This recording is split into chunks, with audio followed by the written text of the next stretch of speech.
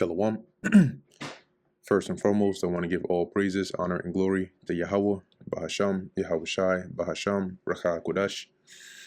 Double honors to the elders and the apostles of Great Millstone, and peace and blessings to the elect. And today we're going to go into the book of Psalms, the 35th chapter. A Psalm of David, prayer for rescue from enemies. Plead my cause, O Yahweh, with them that strive with me. Fight against them that fight against me.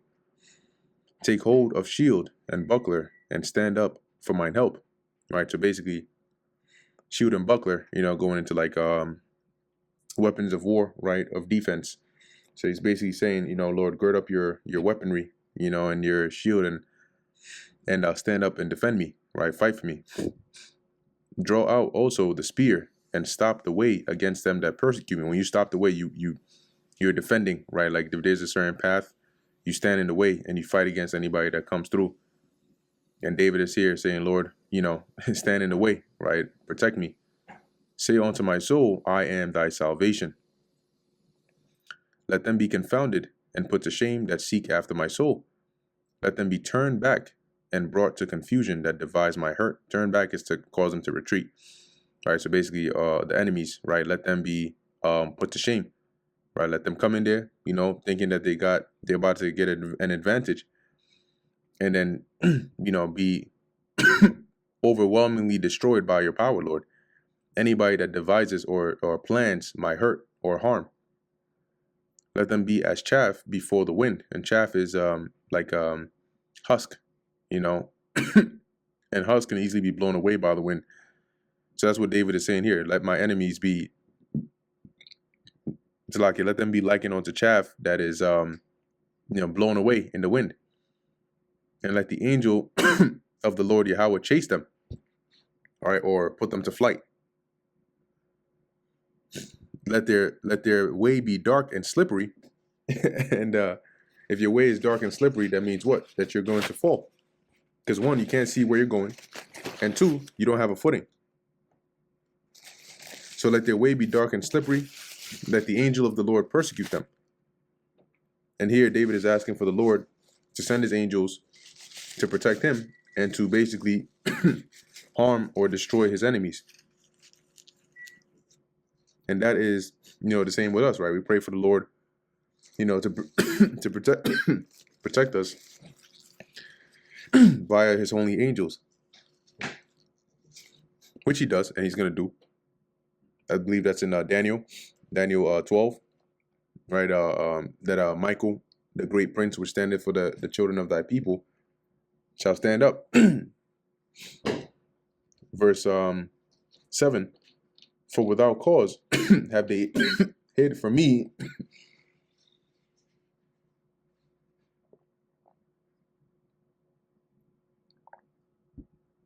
it's like here. For without cause have they hid for me their net in a pit, right? So that's a trap. When you hide a net in a pit, you set a trap that whoever falls into it should be caught. Which without cause they have digged for my soul, right? So David is saying here, these my enemies are basically, setting traps for me, right? I haven't made myself an enemy of them, and without cause they've made themselves an enemy of me, but they're out for me. So let destruction come upon him at unawares, right? When they least expect it, and let his net that he has hid or he hath hid catch himself. So the trap that they're setting, let it backfire on them, right? Let them walk into that trap that they set, into that very destruction. Let him fall. You see, and like I mentioned in a previous psalm, or in one of the videos on one of the previous psalms, that the things that David was praying for are also applicable to us now. Because just as David had enemies, we also have enemies, and we know that David often spoke in the Spirit, right, in the Holy Spirit in these psalms. Sometimes referring to Yahushai, but also sometimes speaking about us, right, in the latter times that would have to, suffer persecution, right, and have these adversaries against us, be it the wicked of our own people, be it Esau. David prophesied about all these things. It says, and my soul shall be joyful in the Lord Yahweh. It shall rejoice in his salvation. Right? Because when what is it, Revelation 15? See what, if that's the one. Revelation 15 and yeah, Revelation 15 and 13. Or I'll start at Slakia 2. And I saw as it were a sea of glass. Now this is John seeing the elect gaining the victory over the beast, right? Which is their enemy, which is our enemy. But it says here, I saw as it were a sea of glass mingled with fire.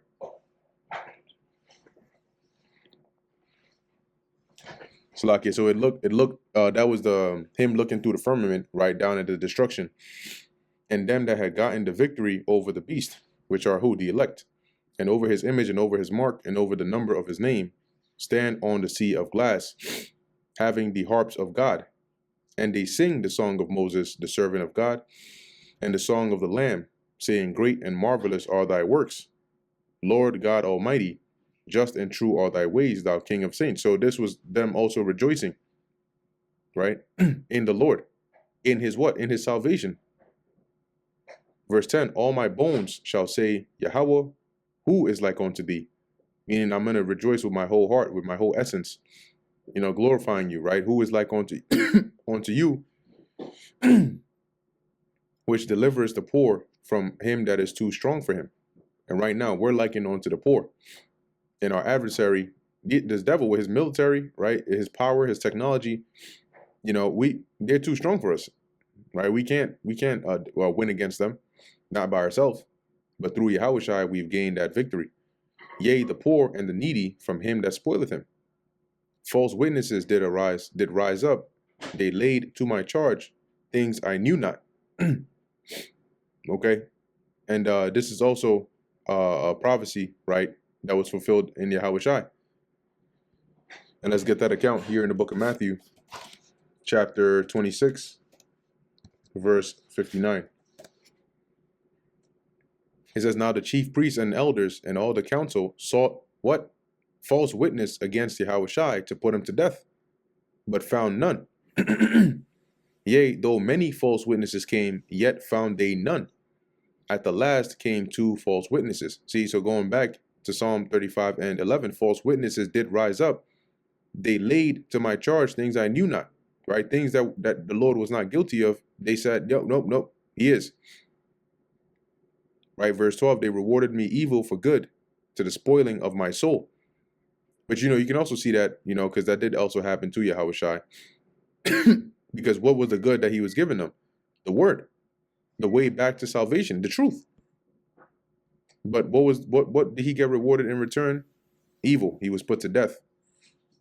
Right, it says, but as for me, when they were sick, right, going back to, you know, David's psalm, when they were sick, my clothing was sackcloth. I humbled my soul with fasting, and my prayer returned into mine own bosom. So he's saying here, right, but concerning me, when they were ill, I grieved for them. Right, I denied myself by fasting for them, but my prayers returned unanswered. I behaved myself as though he had been my brother or my friend or brother. I bowed down heavily as one that mourneth for his mother. Right, and you know, an example could be somebody like Saul, right? Because there were certain of David's adversaries, you know, that he didn't, even though they were against him, you know, as adversaries, he didn't have really like malice towards them. But in mine adversity, they rejoiced and gathered themselves together. Yea, the abjects gathered themselves, which is the, we'll go into that word abjects in a second. But it says here, the abjects gathered themselves together against me, and I knew it not. They did tear me and cease not. So he's saying, you know, when they were doing bad, I felt bad. But when I was doing bad, they rejoiced. Right? It says here in the NLT, but they are glad now that I am in trouble. They gleefully join together against me. I am attacked by people I don't even know. They slander me constantly. Okay, and we're also in that position. Why? For the testimony of Yahushua. Let's look at that word abjects. Abjects. So it says here, abject describes a state of being extremely unhappy, poor, or hopeless. So calamity, right? A bad time. So when you go here, what is David really saying, right? During my bad times, my evil times, right? When evil times was gathered against me along with them, it says I knew it not, right? But basically they were enjoying, rejoicing at that. With hypocritical mockers and feasts, they gnashed upon me with their teeth. And this wasn't, them literally biting and chewing upon David, but as he's saying here, they mock me and call me names. They snarl at me. So look at that word, snarl. To make an aggressive growl with bare teeth, right? The act of snarling or growling, which is holding or showing hostility towards one. Lord, how long wilt thou look on? Rescue my soul from their destructions, my darling, which is in other words my life, from the lions, which is danger, right? So here he's likening his adversaries to lions seeking his life, and he's saying, Lord, how long are you going to allow this to go on, right? I need you to rescue me, right? Deliver me from them. I will give thee thanks in the great congregation. I will praise thee among much people. Okay, and this, I believe this is also quoted in Hebrews. Let's go there real quick. Hebrews chapter 2, verse 11. It says, for both he that sanctifieth and they who are sanctified are all of one. For which cause he is not ashamed to call them brethren, saying, I will declare thy name unto my brethren. In the midst of the church, I will sing praise unto thee. Okay? So as it says here, right, I will praise thee among much people, which there's another precept that, lines up more closely with Hebrews 2 and 11, but this is close to, because that's basically going back to what it said here, right? I will sing praise unto thee, right, in the midst of the church. But going back to what David is saying, basically, I'm going to be grateful for you delivering me, and praise you, right, among the people, make your name known, boast of your glorious acts. Let not them that are mine enemies wrongfully rejoice over me, neither let them wink with the eye that hate me without a cause. Let's go here to, I believe this is also in reference to the time of Yahushua. Yeah, right. It says they hated me without a cause. When you go back, what's that, verse 19? He says, let not them that are mine enemies wrongfully rejoice over me. That is what, deliver me, right? Give me the victory over them. As David is saying, neither let them wink with the eye that hate me without a cause. And did not they hate Yahushua without a cause? John 15:25, it says, but this cometh to pass, that the word might be fulfilled, that is written in their law, they hated me without a cause. And that's why they had to find false witnesses to condemn Yahushua, or to try to condemn him. Okay, so as it says, and let's read this in the NLT as well. Don't let my treacherous enemies rejoice over my defeat. Don't let those who hate me without cause gloat, that's that wink, over my sorrow. For they speak not peace, but they devise deceitful matters against them that are quiet in the land. You see? So they plan deceitful matters, that's evil, to deceive, to cause harm to those that are quiet in the land. Yea, they opened their mouth, and we are also likened unto those that are quiet.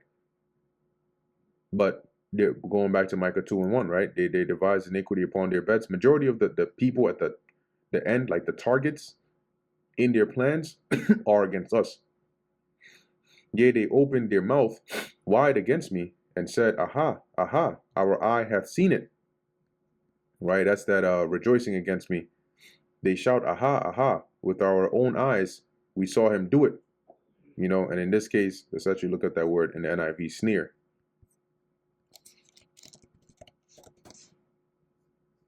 Right, look at that. A contemptuous or mocking smile, remark or tone. Right, speak or smile in a contemptuous or mocking manner. Right, it says here in the NIV, they sneer at me and say, aha, aha, with our own eyes we have seen it. Okay, and here, you see in the NLT, it's more of an accusatory tone. and you can have both, right? You know, you have people that they accuse, but in a mocking sense, you know, because they'll, as it says, aha, right? We saw him do it. They'll accuse you, but then they'll mock you, right? As their, you know, false accusations, you know, put you in a bad position. This thou hast seen, O Yahweh, keep not silence. O Lord, be not far from me. So he's saying, Lord, you're bearing witness to this, right? You're seeing them do all this. You're seeing that they're coming after me without cause. So don't leave me, right? Don't be far from me. Be nigh, be close. Stir up thyself, awake to my judgment, right? Basically to judge my cause, even to my cause, my God, my Lord. See? So awake to my judgment, you know, to deliver me.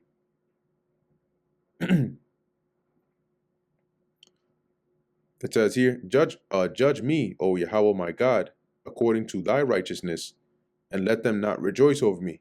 This David is not asking here for the Lord to bring judgment upon him. Judge me says here, vindicate, okay? Absolve me of any accusations, Lord my God, according to your righteousness, and let them not rejoice over me. Because if the Lord judges you according to his righteousness, and you've been trying to live a righteous life according to his righteousness, then you'll be vindicated.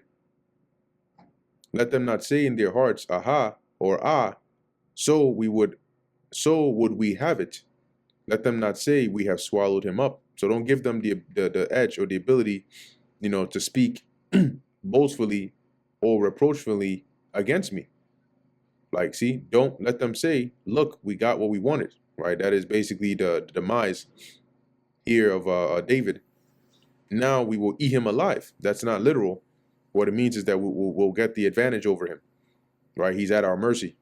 And he's saying here, Lord, don't leave me. Don't put me in that position.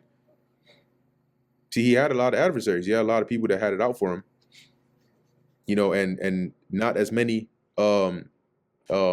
allies, right, that could deliver him from it. Really, only the Lord. Let them be ashamed and brought to confusion together that rejoice at my hurt. Let them be clothed with shame and dishonor that magnify themselves against me. And why? Because the Lord would defend them, just like the Lord will defend us. And what is that going to do? It brings shame to your adversaries, those that are planning your hurt. Shame and confusion to those that rejoice at my hurt. That's your enemies.